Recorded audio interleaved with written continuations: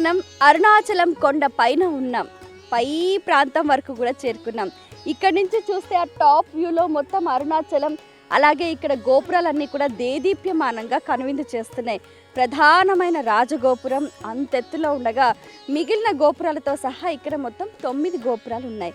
అలాగే ఈ తిరువన్నామలై, అన్నామలై, అరుణాచలేశ్వరుడు, అపిత కుచలాంబికా దేవితో, అలాగే గణపతి, కుమారస్వామి, శివ పరివారం అంతా కూడా ఇక్కడ ఈ గుళ్ళల్లో కొలువై ఉన్నారు.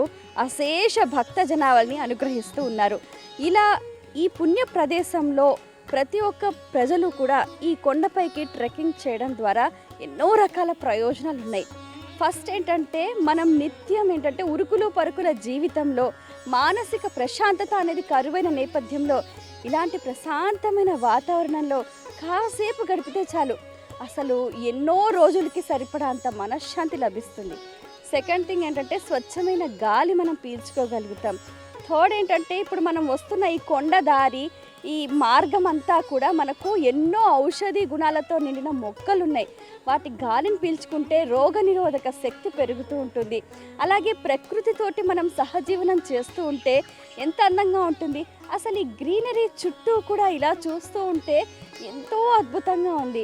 నిజంగా మనసుకు చాలా ఆహ్లాదకరంగా ఉంది. అలాగే ఈ కొండపైన ప్రాంతం మీరు గమనించారా? ఏదైనా ప్రధానమైన దేవాలయాలన్నీ కూడా కొండపైన ఉంటాయి, చాలా శక్తివంతంగా ఉంటాయి. అలాగే మనం కూడా ఈ టాప్ వ్యూ ఇలాంటి కొండ ప్రాంతాలలో, ఇలాంటి ప్రదేశాలలో కూర్చొని ఈ సహజమైన ప్రకృతి వాతావరణంలో కూర్చొని ధ్యానం చేసుకుంటూ, సాధన చేసుకుంటూ ఉంటే మనకు సిద్ధించిందంటూ ఏదీ లేదంటే అతిశయోక్తి కాదు. మన లక్ష్యాన్ని మనం చేరుకోవటానికి ఇది చాలా అనువైన మార్గం. మనతో మనం ఉండటానికి, మనలో మనం ఉండటానికి ఇక్కడ ఎనర్జీస్ అన్నీ కూడా మనకు చాలా బాగా సహకరిస్తూ ఉంటాయి. నిజంగా హయ్యర్ ఎనర్జీస్ అంటే మనం మన సోల్తో కనెక్ట్ అవ్వడానికి ఇది చాలా అప్రోప్రియేట్ ప్లేస్ అని చెప్పచ్చు.